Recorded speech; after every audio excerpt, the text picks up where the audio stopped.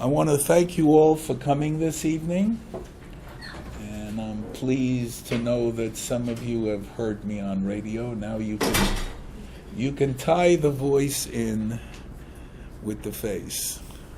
I don't know if that's a definite plus or not, but there you go. Tonight I am going to approach the Middle East a little bit differently than what I've done on some of my previous talks.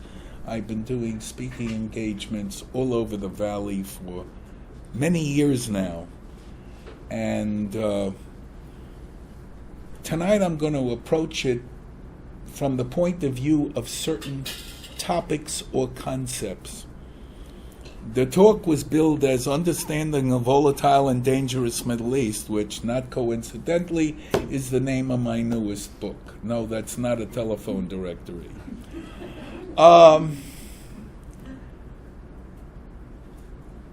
Unfortunately, we live in an era where we are not getting the truth or the news, but rather somebody's narrative and somebody's spin on events.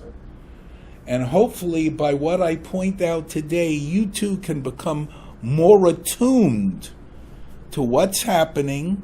And I have a certain number of concepts that I'll go over tonight, and I have different ones for the next session next week, so that, and this is my hope, you too will become a spokesman or spokeswoman for what is going on in the Middle East.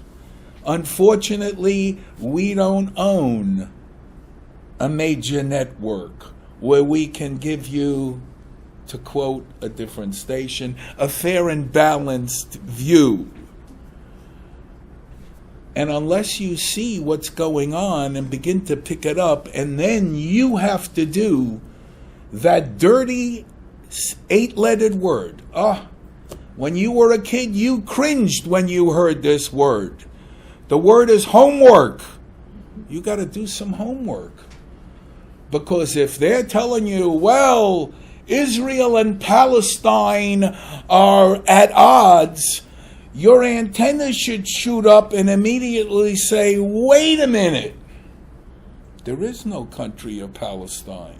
Why is this news network or that reporter saying that? And then, if you want to help get the truth out, you contact that station and say, how come? Okay? This is what I hope I will impart to you, and then you in turn can tell your friends and others and be spokespeople for trying to get the facts out. Because remember this, there's no your facts and my facts. There are only facts. Everything else somebody is making up. Like Jesus is a Muslim Palestinian. That's an outright fabrication, and nobody should stand for that. Unfortunately, very few speak up about it. Maybe they believe it already. So my first precept, and excuse me, I want to read it because I have a quote from Winston Churchill. Okay, the use of specific vocabulary can change reality to fiction over time. It can also obliterate history and create new truths from the fabric of the big lie technique. If someone tells a lie big enough and keeps repeating that lie, people will eventually come to believe it. That's what's happening now. The big lie technique was outlined by one Adolf Hitler. I think you may know that name, in his book Mein Kampf. It was implemented by his minister of propaganda, Joseph Goebbels. And it worked. His concept, well, people tell small lies. Everybody tells small lies. But if you tell them a big lie, they're afraid to say a big lie, and they'll come to believe the big lie if you repeat it often enough. As British Prime Minister Winston Churchill once cautioned, quote, "A lie gets halfway round the world before the truth has a chance to get its pants on." End of quote. So what of some lies? Well, I'll give you an example, and I'm furious every time I see it. I try to explain. Some people poo-poo it and all. Back in World War II, when Nazi Germany blitzed, and that anniversary is coming up on the 22nd of June in about a week or so, and the Russians will remember that for sure. We just had the, 70-something anniversary of D-Day, and hardly mention anyway. But back in World War II, the Nazis conquered just about half of European Russia. They didn't get far into the Asian part, and promptly renamed it all Ostland, Eastland. They refused to use the word Russia or Soviet Union, which is what it was called at the time, Ostland. And the newspapers repeated Ostland, and the postage stamps were overprinted Ostland, and so it went. The big lie. But I ask you all, when they refer to Russia today, does anybody call it Ostland? And the question arises, and why not? Because most of the world understands, do you reward an aggressor for not only conquering the land, killing the people, destroying everything, but you honor them into the future by using their name for the conquered area? So with that in mind, let me ask you, how many people have heard of the term West Bank? And can you tell me what's the real name of that place? God bless, somebody knows. Maybe more of you know. And why do we have this? Because we are bombarded with it. Not only by people on the left, not only by the Islamic world, but unfortunately by people in this country, people even in Israel. I cringe. It's their country. They know what's at stake. And we still have people going, the West Bank. Where'd that name come from? The name comes from the Arab aggressor that conquered the area in 1948. King Abdullah I crossed the Jordan River and took the place by force. And to make matters worse, he ethnically cleansed the entire area of every Jew. It became, to use the German term, Judenrein, cleansed of Jews. That's one of the first early associations of this term we hear today, ethnic cleansing. It was done. And the king took it over, and his British advisors, who also guided his army, because he wanted to call his whole kingdom the Kingdom of Palestine. And they said, no. So what do you call this new area? God forbid we should call it Judea and Samaria. Or vice versa on the map. Samaria's in the north, Judea's in the south. Judea. Why don't you want to call it by its historic, biblical, geographic name that was used truly from time immemorial through the Bible, through history, all the way through the modern times? I have maps hanging on my wall. And yes, it says Palestine, but there it is, Judea, Samaria. UN used that term all the way up to about 1951. And then it was dropped like a hot potato because there were Arab votes and nobody wanted to insult them. And why obliterate it? Because you see, that term Judea means land of the Jews. And if your narrative is such to obliterate all history of the Jews, then you don't want to use that term. So they invented West Bank. You may like the geographic challenge, and I won't go into it now because I have so much and only limited time, and I do want to get to your questions. I'm sure some of you have questions, if not all. But tell me, geographically, how wide is a riverbank? Yet they call this area, it's some 40 miles across, West Bank. And they have repeated that so skillfully that the majority of people call it that. And I took issue, and I won't mention his name, with a former vice president of the Zionist Organization of America. And I said, I'm not going to call it West Bank. I'm going to explain why we have this term, but why should I help perpetuate historic falsehood and aggression? Why should I do that? And he just goes, well, everybody uses it. I say, but that doesn't mean it's right.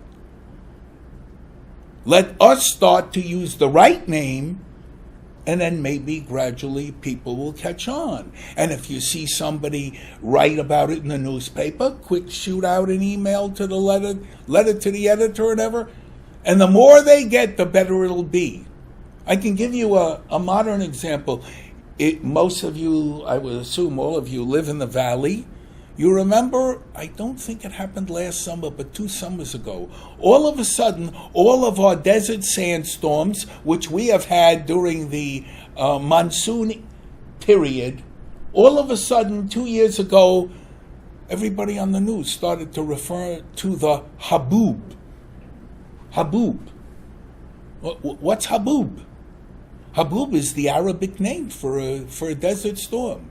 But I imagine enough people protest and say, why?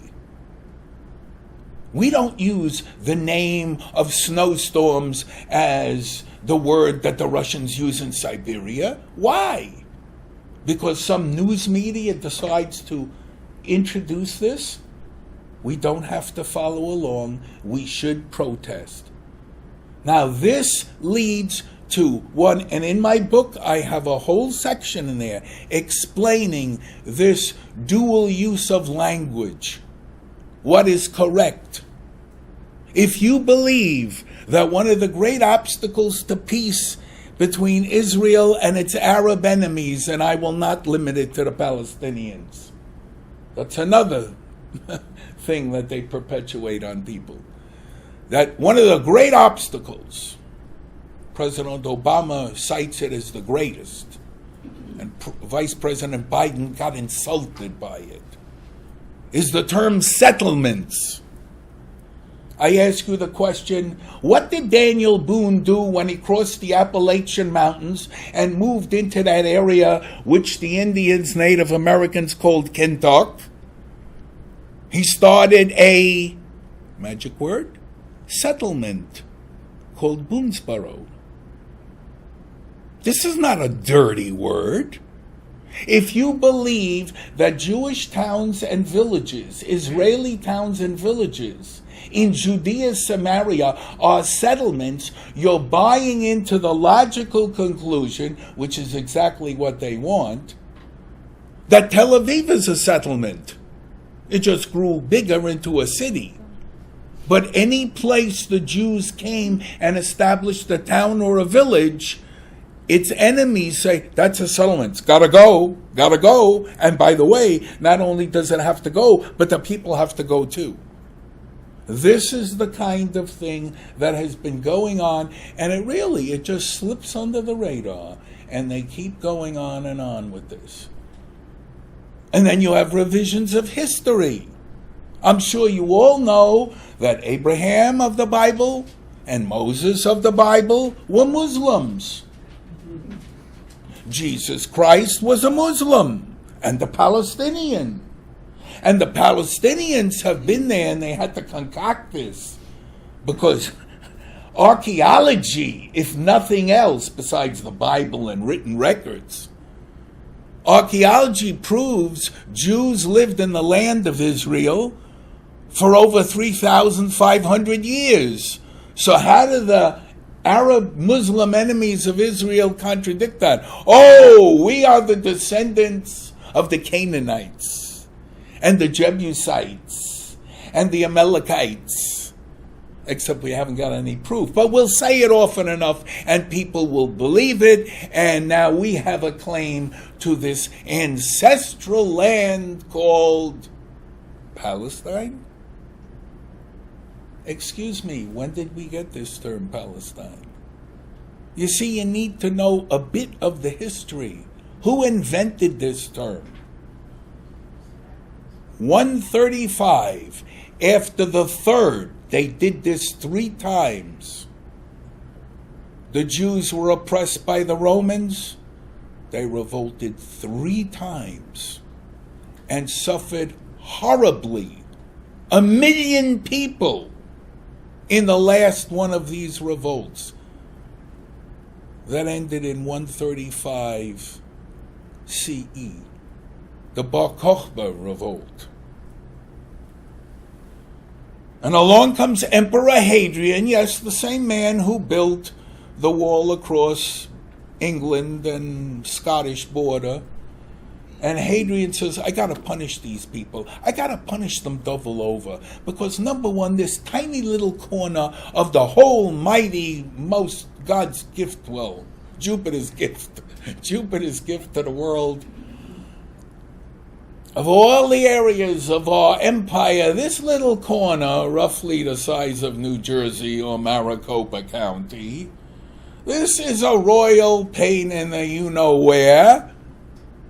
They revolt, they refuse to believe and worship in Roman gods, and let us desecrate their religious practices, forbid them, and destroy their temple and all.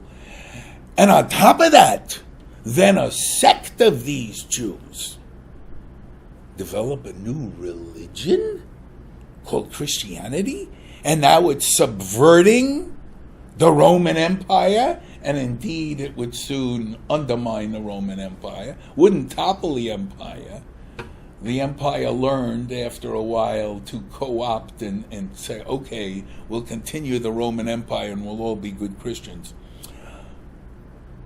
Hadrian ordered, we're going to punish this place called Judea and erase the name. You wonder where name erasing stems from? The Transjordanian king wasn't the first one to think of that. Hadrian did it.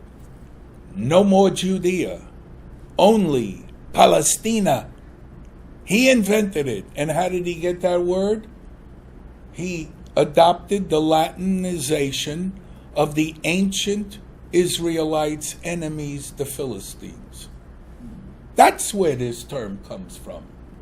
Was there a Palestinian Arab people there? No. In 135 CE, Muhammad hadn't been born and won't be for about 500 years. The Arabs were a group of tribes in the Arabian Peninsula, which is where their name comes from. So they obliterate history. And now, today, they are so successful in pushing this idea. Well, Israel and Palestine, as if there were equals. One is a nation state, sovereign. The other is a figment of somebody's imagination. They push this, and people begin to accept it. Nobody is thinking, time out. Where is this all coming from? So, Palestine is a term that's thrown about. We create truly a mythology of an ancient Palestinian people. We obliterate any and all trace that there was Jewish presence in the land of Israel, especially in Jerusalem. They are digging and building mosques under the Temple Mount and they're carting away the dirt and the refuge and dumping it in the Kidron Valley, and then Israeli archaeologists go in there and they sift through and they find an amulet with a known person who was like the either the treasurer or the vizier of an Israelite king, and they find that again another piece of proof. Just 2 days ago, they uncovered a hoard of coins from the time of the revolt. There is archaeological proof. The other side doesn't have any. Therefore, their answer is destroy all the archaeological proof. Rewrite the textbooks. Send new teaching materials and instructors to American universities and American high schools. And I won't forget this. This goes back probably 30 years. I get Arab World magazine. It's from Saudi Arabia. And they said, if you're an educator, we can send you a free binder. And when you say that to teachers who are hard-pressed, you get free. Oh boy, we'll send you a free binder with teaching materials about the Middle East. And I got it. I still have it. And you leaf through and Morocco and what's this? Palestine? And then they put in their propaganda. And to the teacher who never took a Middle East course, who didn't do their dirty 8-lettered word homework, all of a sudden, well, there it is in black and white. That's what I'll teach to my kids. And after 40 years of this indoctrination, don't be surprised. People don't know. Or only know the propaganda. This is what's going on. Historical revisionism, destruction of archaeological proof. Do you have any doubts? What did they do to Palmyra in Syria? ISIL does not like anything that predates Mohammed.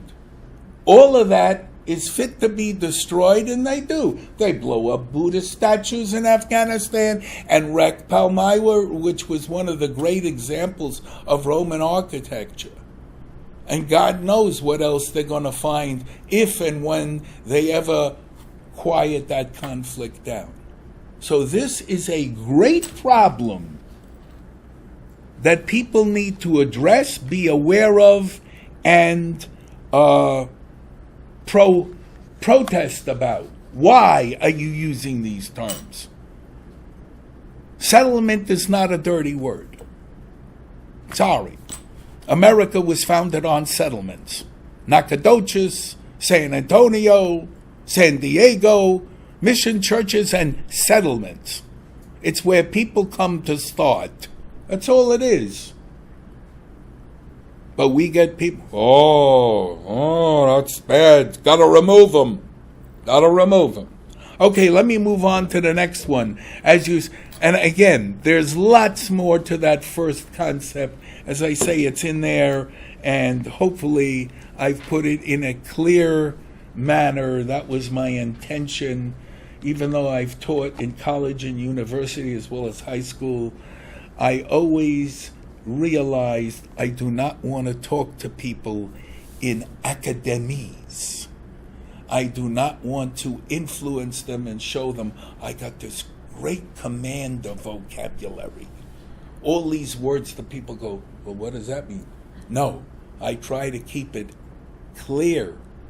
Clarity is the key. Okay, the Middle East countries, many of them have been created, but Israel isn't one of them. And yet, what do you hear from the uninformed, the underinformed, the naive, the self-delusional, as well as the malevolent? Israel is a creation, a Western creation, artificial. It was brought here by colonists from Europe, blah, blah, blah, blah, blah, blah. Excuse me? Kingdom of Israel?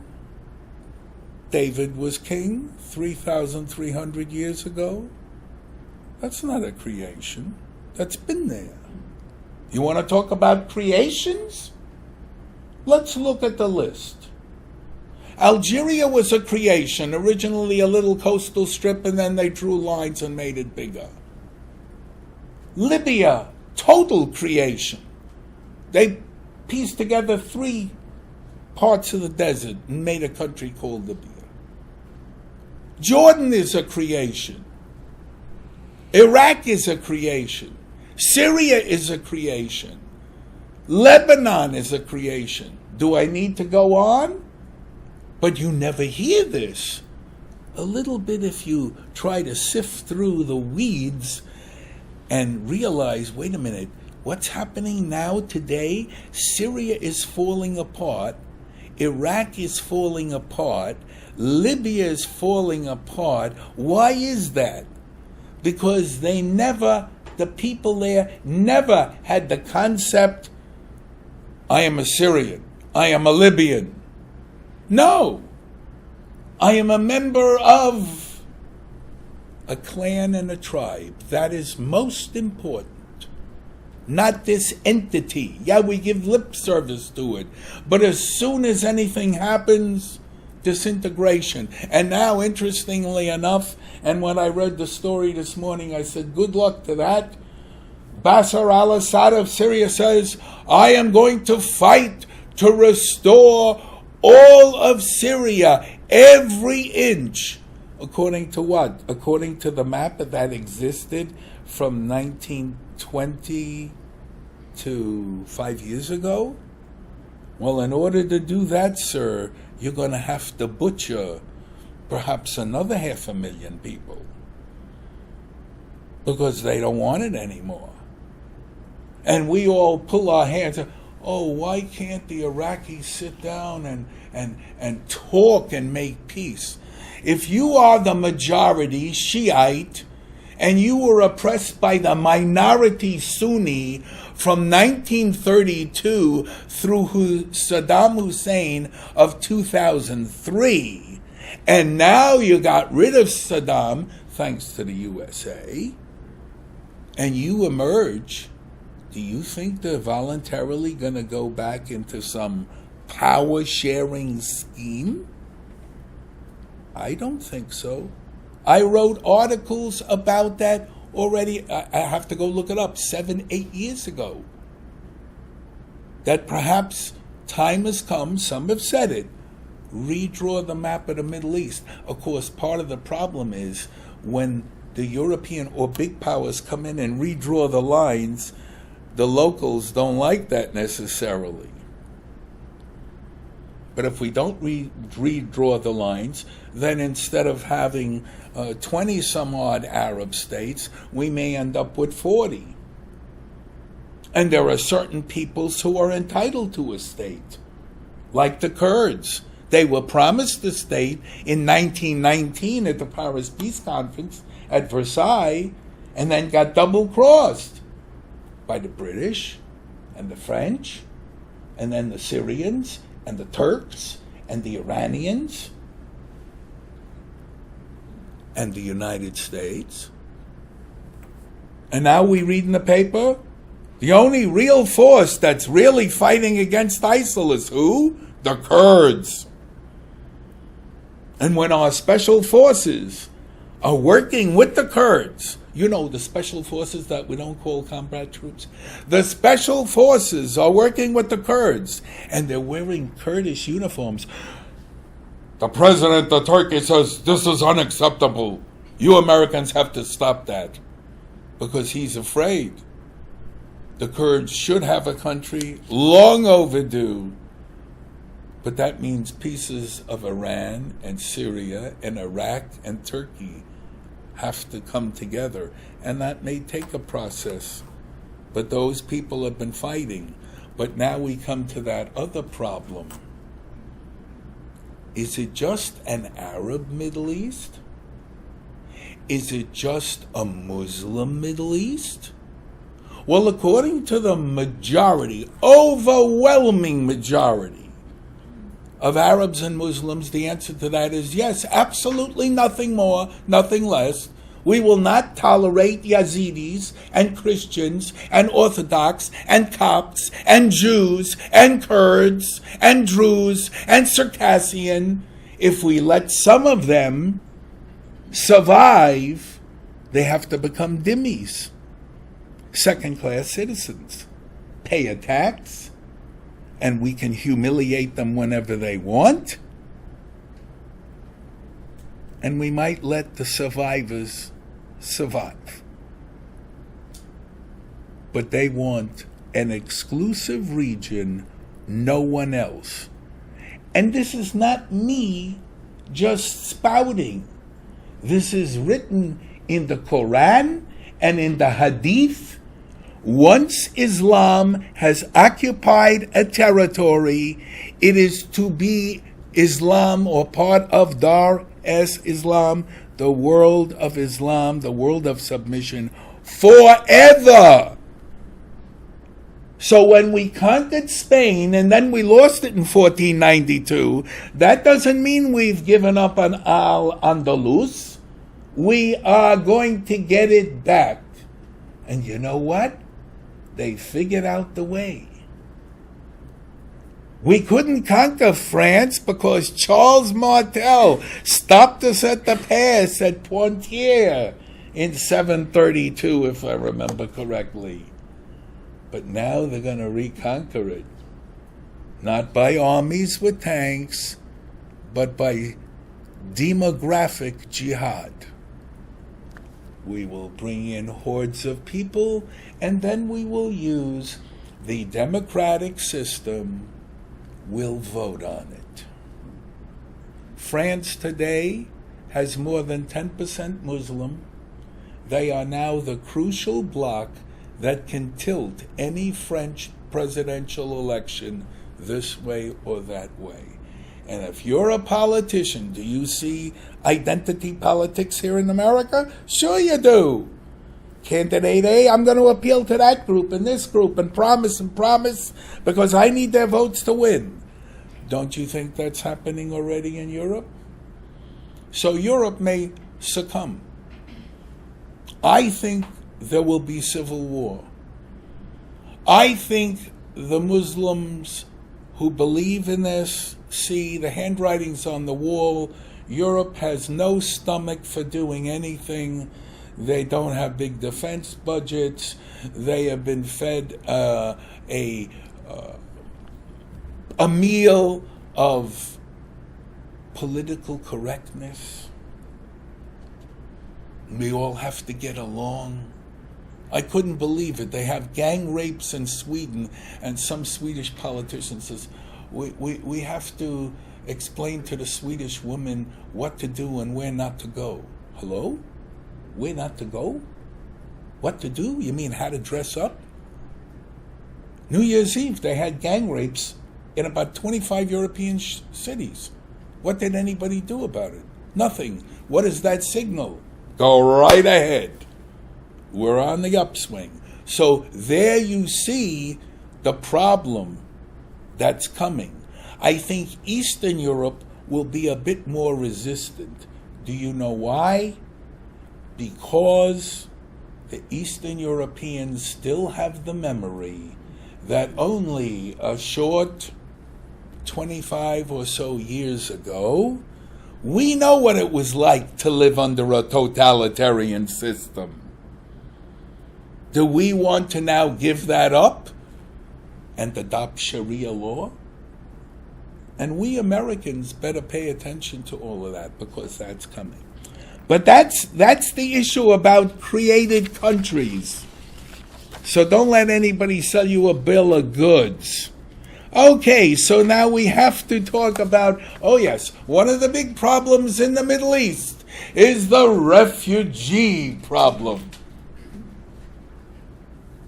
What does that mean? Well, if you ask any news person, oh yes, the poor Palestinian refugees, they simply want to go back to their homes. Well, you must immediately ask, excuse me? How many Palestinian refugees were refugees because of the 1948-49 war against Israel when Arab armies invaded this nascent state at its birth with the hope of destroying it within 2 weeks. And so they told many of the people, get out so we can get in. And we have testimony. I put it in there. Testimony from the Arabs. We told them, get out so we can get in. So we got out, but they never came in. Refugees, how many? So we play number games. Number games. You got an... Back in the day, 48, 49, the UN was pretty impartial. Forget about that today. But they said roughly, if I remember correctly, about 480,000 Arab refugees. Some were driven out. Some fled. But about 480,000 refugees. Well, here it is. Fast forward. It's 2016. How many of those people do you think are left? Estimates range between 40,000 and maybe 50,000 people. But that doesn't count here, because you see, if we're creating a big lie, we can bend the rules. According to the UN High Commissioner of Refugees, a refugee is someone, and they define the Palestinian Arab refugees as people who lived in Palestine. The British mandate of Palestine. When the British came in, they adopted that old Roman term. And you wonder, why did the British do that? Why didn't they want to call it Land of Israel? I'm digressing for a minute. Because the British basically were pretty anti-Semitic, or as I more accurately try to put it, Meso-Judaic.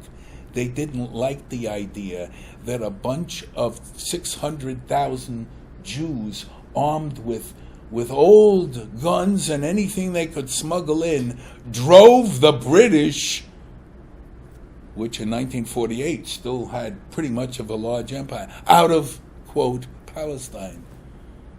So they didn't want to call their mandate the Land of Israel. The Jews who were there say, please call it Land of Israel. In Hebrew, it's Eretz Yisrael. Aleph Yud, Eretz Yisrael. And the British, as a sop, said, okay, on our money, on our passports, on our stamps, we will write Palestine, brackets, Aleph Yud, Eretz Yisrael, Land of Israel. Originally, the Jews wanted it in the front. Remember, Hebrew reads from right to left. And they went, oh no, Arabs are objecting to that. Oh no, we're going to put it in.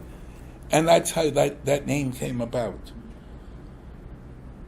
So we have the issue of Arab refugees, anybody who lived in British Mandatory Palestine from 1946 to 48. The UN impartial numbering, 480,000. Over the years, this has been inflated. Anybody want to guess what the number is today? 6 million. Now let's figure this out. If you were a refugee in 48, pretty soon there are none of you left just because of attrition. Where did they get 6 million? Well, they got it because the Arab Muslim world concocted another big lie. They invented their own refugee agency, United Nations Relief Works Agency for the Near East, UNRWA.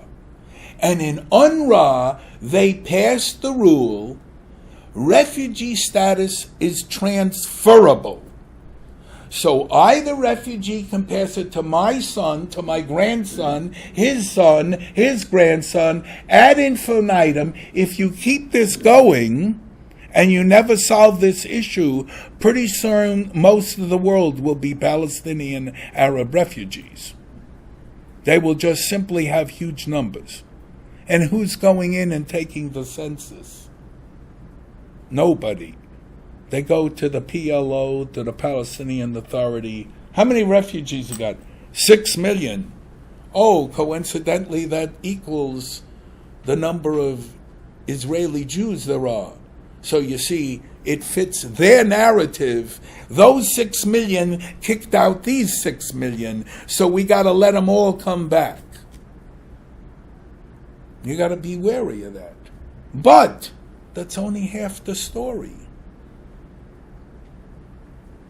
There was another set of refugees. This set numbered over 800,000. Arab Jews, Jews that lived in Arab countries, some of them from the time of the Babylonian exile, like in Iraq. And there were Jews in Arab countries from Morocco to Iraq. No Jews in Saudi Arabia. They cleansed them out. No Jews left in Jordan. Cleansed out. Under Gaddafi, he pushed out all the Jewish Arabs. These are Arabs by culture, Jewish by tradition and religion. These people had to flee in 48 and 56 and the last remnants in 67. Where did they go? Did they set up a Jewish UNRWA? Did they end up in shanties somewhere? No. They left. Most of them got out, if they were lucky, with their lives and perhaps one suitcase. I explain, if you were in Egypt and you were prosperous and doing well, they let them take, I think, 250 Egyptian pounds. That was it. And where'd they go? Some went to the West. Most went to Israel. What did Israel do with them? Put them in refugee camps? No. Israel absorbed them. And this was the early Israel, when Israel was poor and Israel didn't have high tech and making money, and it absorbed them all. So you never hear about Arab Jewish refugees and the property they lost. In fact, it has been tabulated that the Arab Jews from Arab countries, and that, by the way, also includes a non-Arab country, Iran, those Jews lost more in property and bank accounts than the Arabs that left what became Israel in 1948-49. So you shouldn't be fooled about refugees. It's only half. The big thing is that the Israeli government should have been pushing that all along, and they don't, because they have so much to deal with. But I deal with both refugee problems there. Okay. The Arab Muslim exaggerate and put emphasis on the Palestinian Arab-Israeli conflict. Oh yes, this was a masterful stroke. What did you have originally? Arab aggression. 7 countries of the Arab League declare war, and they did declare war, against the brand new reestablished state of Israel. In addition, within Israel, there were at least 2, and they weren't calling themselves Palestinian Arabs yet. They were just called Arabs. If they had any allegiance, they said, we're part of southern Syria.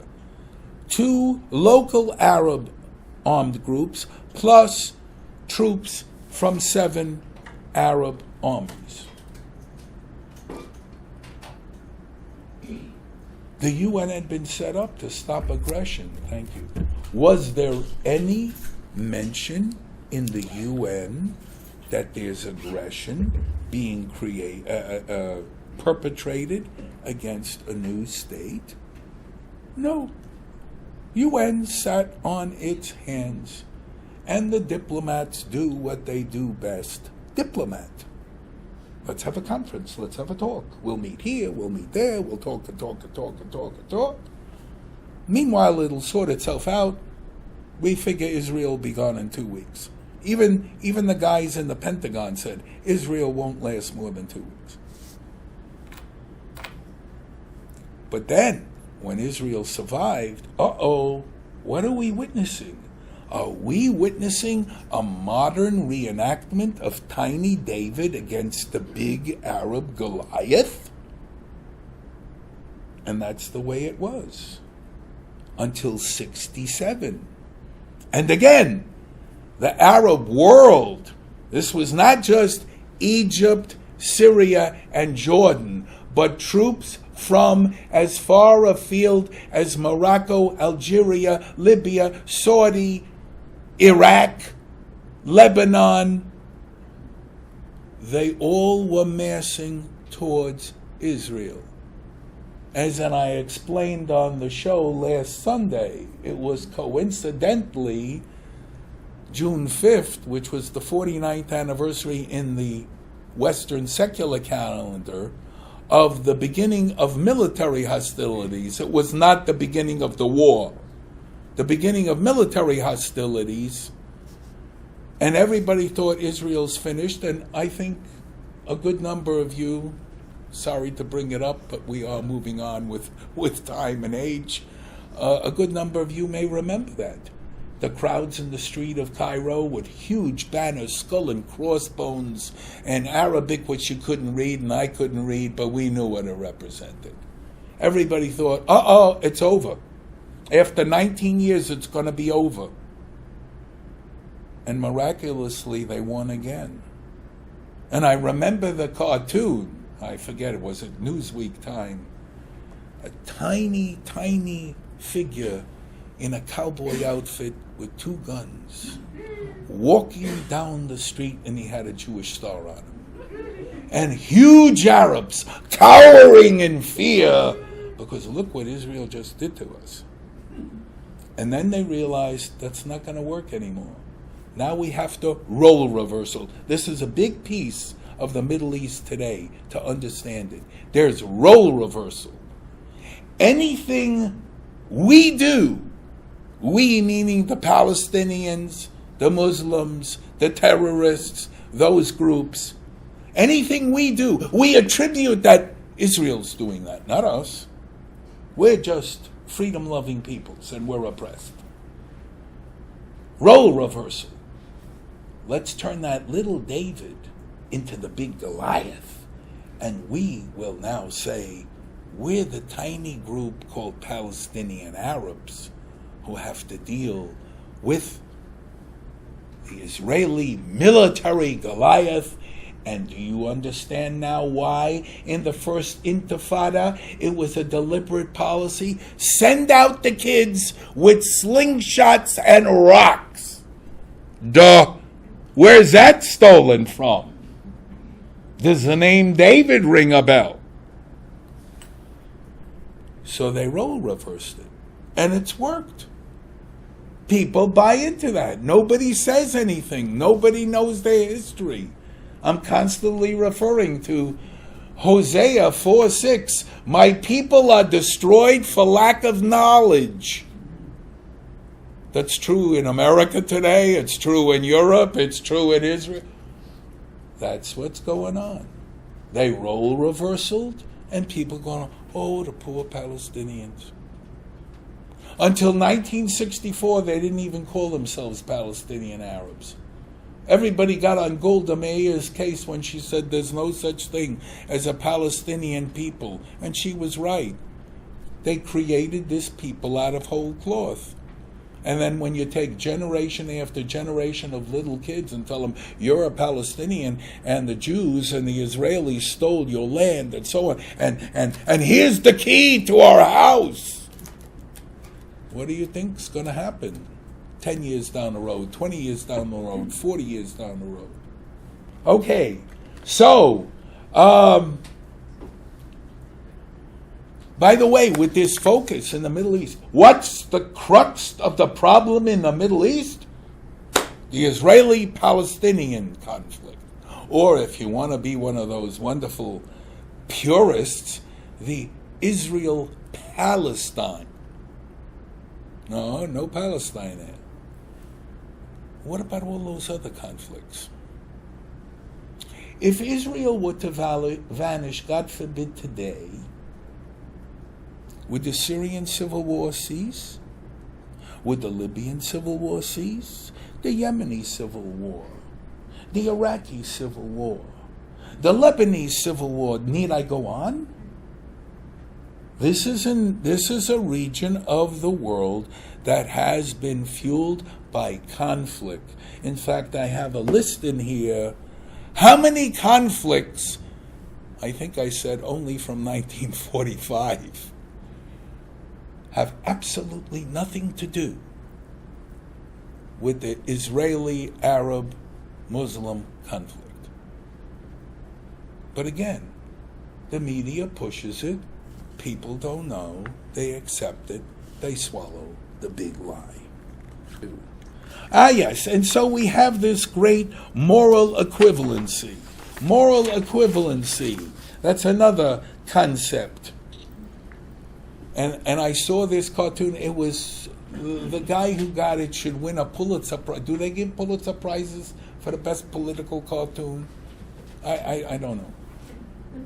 He should get one. Two sides.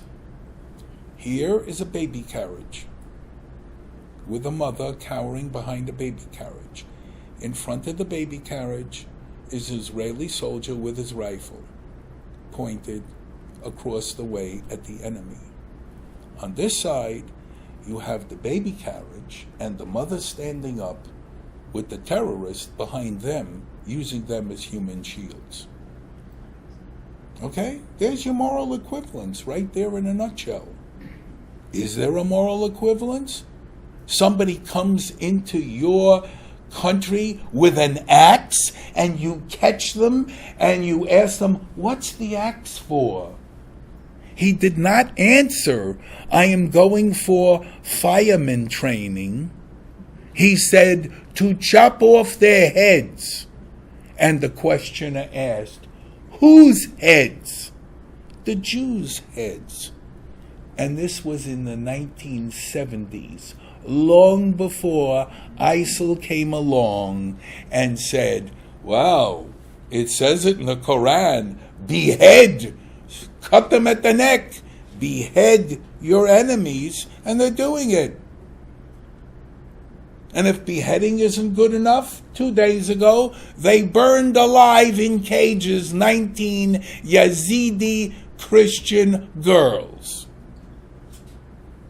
Welcome to the real Middle East. So there's no moral equivalency, and yet you listen to your media, they try to push it. You start reading those stories and you say, time out. Netanyahu is a right-wing hawk. Oh, Lieberman is a worse, extreme right-wing hawk. And then there's Bennett, he's worse.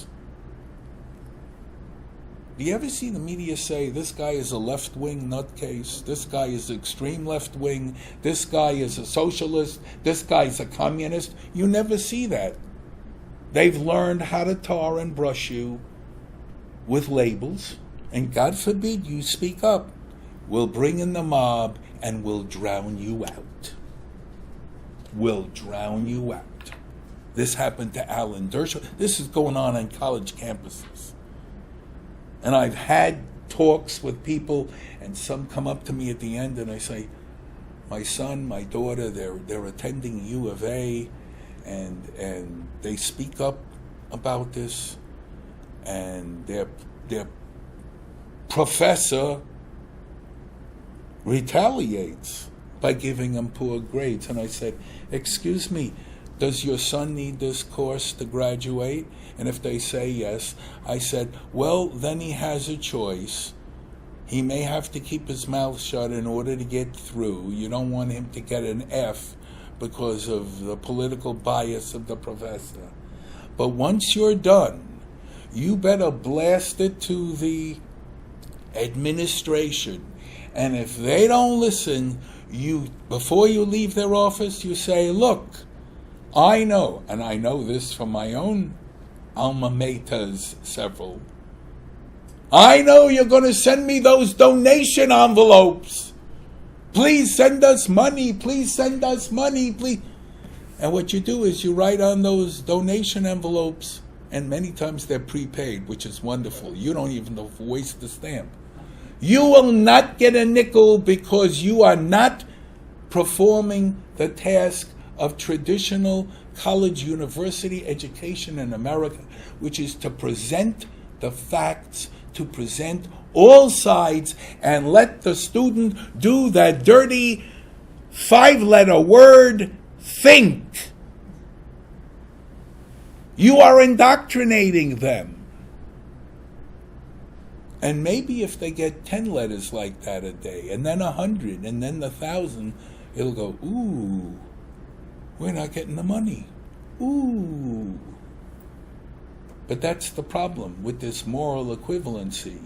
There is no moral equivalency between right and wrong, between good and evil.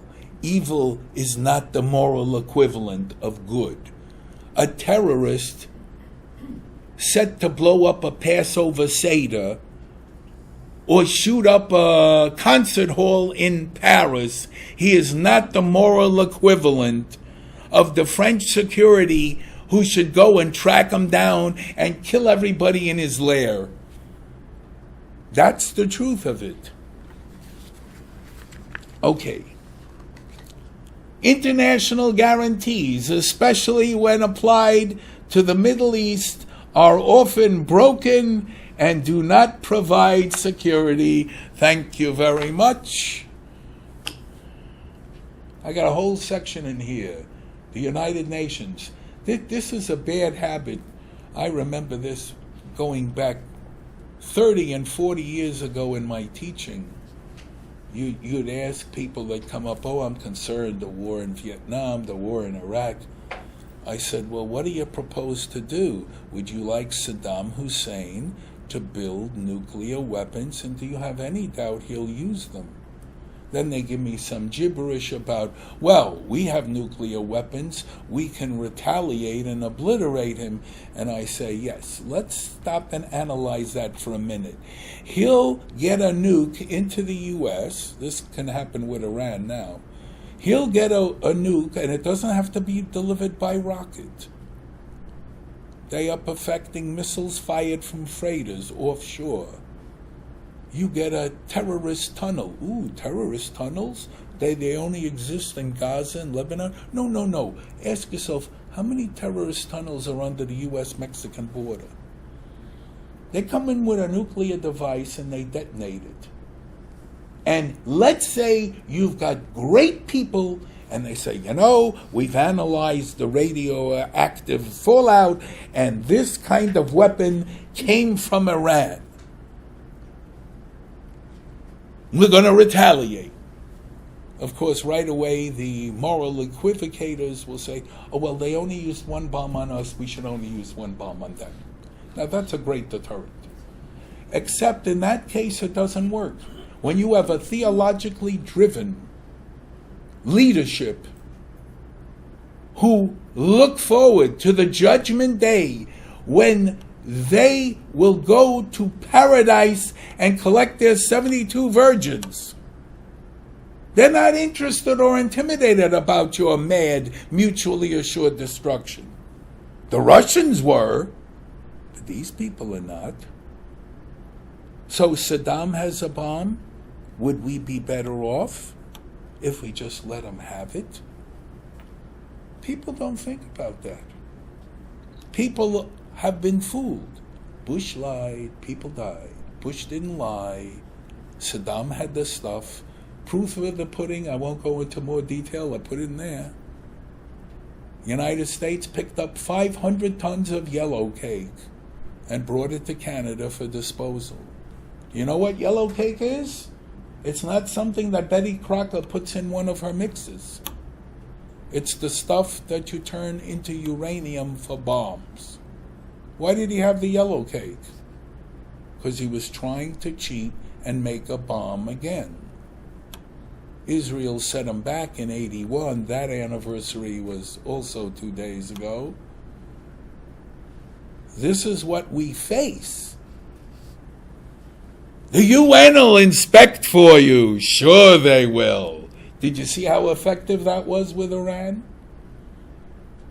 Did the UN peacekeepers protect when Nasser announced on 22 of May, that's when the war started? Excuse me, I got to do this. 22nd of May, 1967, Nasser announced the naval and air blockade of the Straits of Tiran, no Israeli-bound cargoes on any flagship, no Israeli-bound aircraft will be allowed in. What he did was declare a blockade. In international law, let's use the law. A blockade is an act of war. If Nasser committed the first act of war, does Israel have the right of self-defense? And the Israelis, they were busy because they got the left and the right, and do we do it, and let's trust the UN, and the UN got yanked out and didn't do anything. Let's trust the French, they guaranteed it, and the French did nothing. Let's trust the Americans, and we'll send our Mossad chief to visit Lyndon Johnson. And Johnson's great encouragement was, we wish you good luck. And that was it. So they knew international guarantees don't work, meaning international organizations and international country to country. Doesn't work. Not in this part of the world. UN has an abysmal record. But it sounds good. I remember people come up to me and I say, well, what should we do about Iraq and the bomb?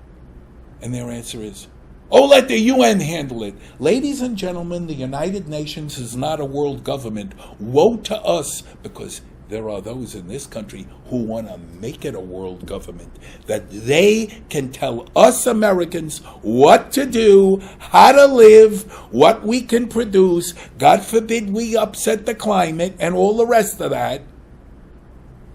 The United Nations was set up as an international organization, voluntary, with a hope for cooperation, and the proof of the pudding that it was never meant to be an international organization, therefore it's not an international peacekeeper, was that the big five powers insisted there will be a veto at the UN, because if you want to pass something we don't like, we're going to say, yet, no. That's the UN. So it's a great place, and increasingly more and more Americans say, and we're paying 20% of that bill? We're paying 22% of UNRWA, the special UN agency set up for Palestinian Arab refugees? For what? We're paying them to incite their children for the next generation, for more violence and more terrorism? What's wrong with us? That's part of the problem too. So, I promised questions and answers. See, I'm pretty good today. I promised questions and answers. This was just a taste. A taste. There's a lot in there. Do we have questions? No questions. Please, ma'am. I understand that Netanyahu went to see Putin. Mm-hmm. So, what do you think came out of that? First of all, a lot of countries in the Middle East realize that right now, the United States, and I hate to say it because I'm a firm lover of America, I taught American history, I'm a firm patriot in the old traditional sense, the United States has abstained from its role. What is our role? To be the leader of the free world. What does that mean? I will answer your question. We are not to be the world's policeman. But you know what? We never were the world's policeman. Again, dirty 8-lettered word, homework. In 1947, Harry Truman, he heard Russians are putting pressure on Greece. Russians are putting pressure on Turkey. They want bases, they want influence, they want the Straits.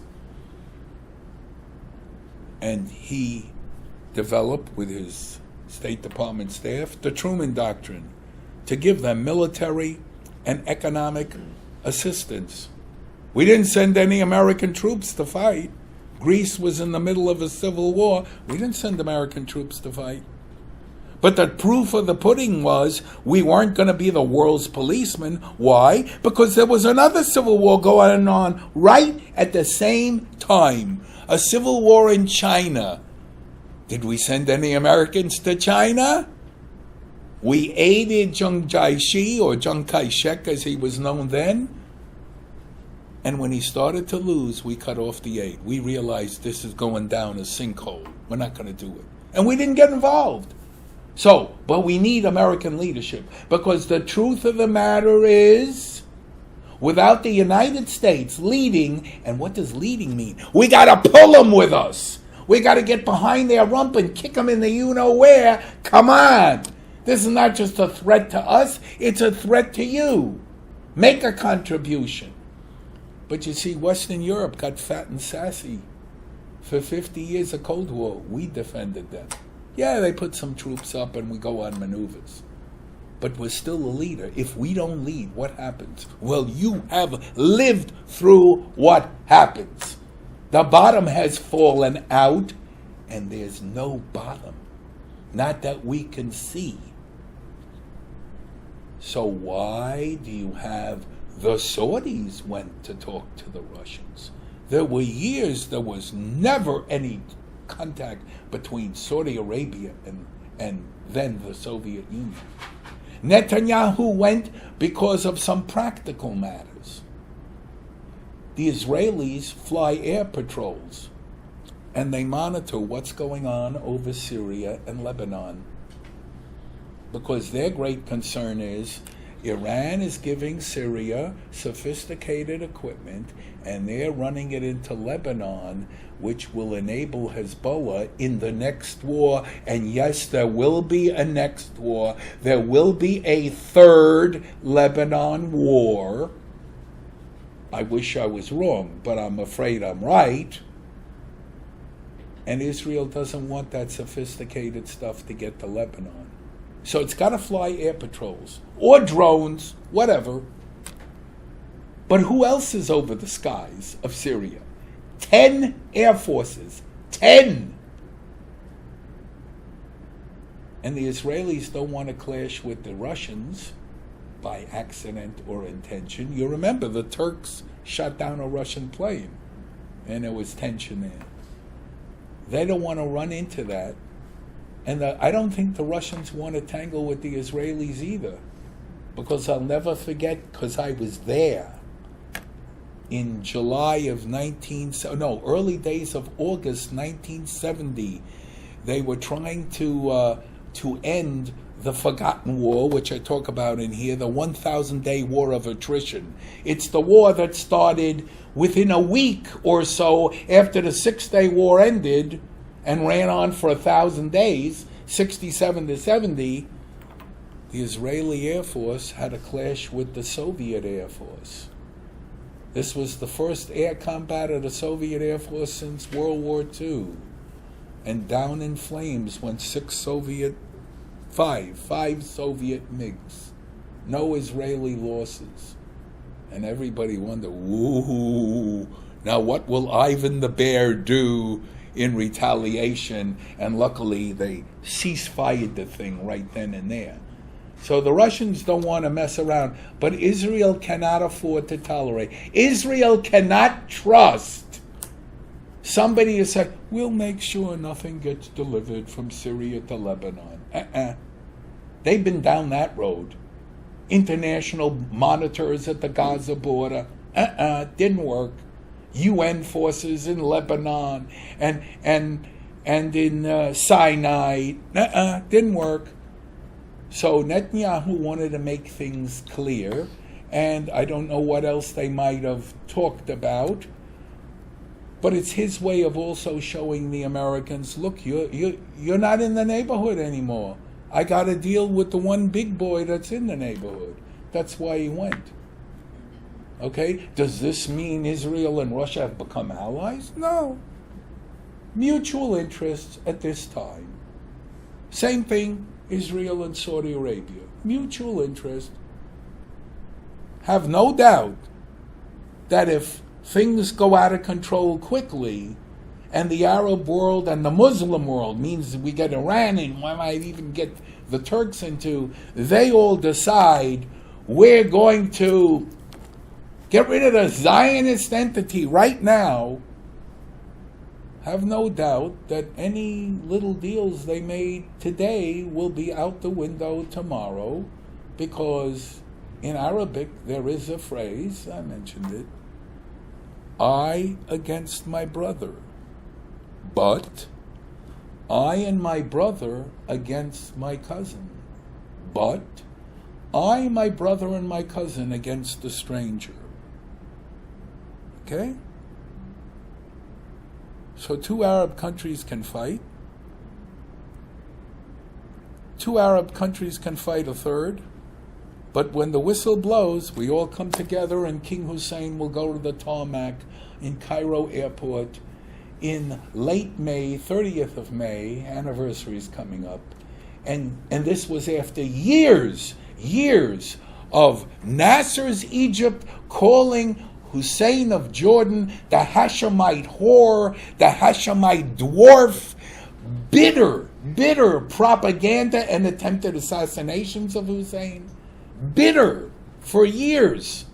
And then all of a sudden, Hussein, and he writes in his memoirs, if this is it, if we're going to go in there and knock off Israel, I want to be part of it.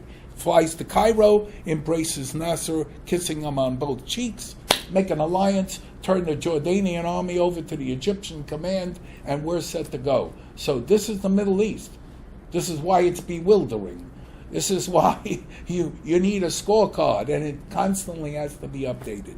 Other questions? Please, sir.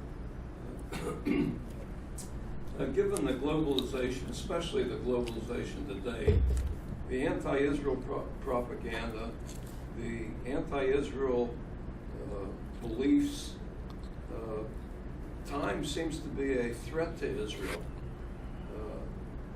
When we look back what happened to South Africa, they were sitting on top of the world until the whole world went against them, stopped their air flights, stopped trading with them. Can Israel sustain that? Okay. So first, the time is against them theory. You addressed that. Is Israel today better off than it was in 1948 when time was against them? They numbered only 650,000, of whom 1% would die in their war of independence. Israel basically had very little. Where is Israel today? A very strong military, some say the strongest or one of the strongest in the Middle East. A nuclear power, oops, I said it, officially, Israel will not be the first country in the Middle East to have nuclear weapons, which is a nice way of getting off the hook, because it was the United States that brought nuclear weapons into the Middle East. But officially, but everybody knows. They are stronger than ever before. This time is not on their side, is concocted, I believe, by the enemies of Israel. Oh, just look at this, the Arab population is growing. So is the Israeli population. In fact, Israelis in Judea, Samaria are having more children and growing faster than the Arabs, some of whom are moving out. I don't buy this time is not on. Now, you're saying, what happens? And you use South Africa. They love that example. They love it. Israel's like South Africa. Israel is apartheid state. Sure it is. You see all those Ethiopian Israelis? Oh, that's apartheid right there. Which is another crock. That wasn't what the question is. Yeah. Economic sanctions. Economic sanctions. Economic sanctions worked in South Africa's case because who did it? The Western powers. How much trade was there between the Soviet bloc and South Africa? Nothing. It was the Western powers that put the squeeze on. Okay? And you're saying, okay, the United States will put a squeeze on Israel? That's a possibility. Have the Israelis learned from that? One of the gentlemen here came up to me and said, and I said, I do hope the Israelis have learned over the years, stockpile food, stockpile water, stockpile fuel, stockpile munitions. In the Yom Kippur War, they ran out of munitions faster than they anticipated. But right now, and this could change, right now, not the American government of today, and we don't know what it'll be after January 20th, 2017, but right now, overwhelmingly, the American public, for various reasons, support Israel. So I don't think Israel has to worry as long as it's prepared. That's my answer to this. South Africa succumbed because from the 60s it was isolated. And unfortunately, the American left worked with the global left. Let's end it. And the South Africans realized, right now we're holding on our own, but how long can we go? Plus, the South Africans were outnumbered by black Africans. The white South Africans were outnumbered by black Africans, if I remember, something like 16-1. And that was growing in their disfavor. This is not Israel's case. Look at what happened. Israel now numbers 8 million people. Well over 6 million are Jews, and they're going to get more. If you're a French Jew, you're going to sit there? Not if you got a brain and you say, hey, look, do I remember what happened the last time? So where do I go? Go to the United States? I'm not going to go to Canada. A Freudian family slip. Right? Trudeau, he's in bed to the left. He's inviting all these Muslim refugees. Oh yeah, we can't talk about their religion. I just saw a statistic. Syria's population is 10% Christian. I'm assuming some of those people are refugees. I would assume there's more of them than anybody else, because ISIL and others go after them.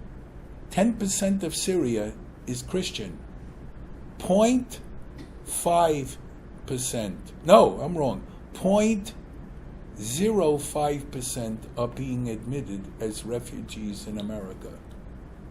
Over 95-8% of the refugees, unvetted, we don't know who these people are, from Syria are Muslims. Are they going to integrate? Are they going to assimilate? Have they come here to be real Americans the way your ancestors came here? I don't know. So Europe is going down. Western Europe is going down. Where are those people, where are those Jews going to go? So I do not see, I know they make the analogy. And in Israel, there are those on the left who push it. Oh, we got to make a deal now. The Israeli left wanted to give the Golan Heights back to Syria. For what, a piece of paper? Can you imagine if Syria owned the Golan Heights and this whole Syrian civil war mess started? Nobody in Israel could live in the Galilee. Nobody could live around the Sea of Galilee. Israel has learned the hard lesson. We have believed, and it was a futile belief, for 20 years, land for peace. We gave up land, they gave us a piece of paper, and they gave us rockets, missiles, terrorism, and more demands. You want to go through that? You know Einstein's definition of insanity, doing the same thing again and again, expecting a different result. So that's the answer there. Other questions? Nobody? Come on. I still have some time. What would happen if, instead of an intifada, 50,000 women and children start marching into Jerusalem? A long time ago on a radio show that I hear there's some obscure historian on there, I raised that issue.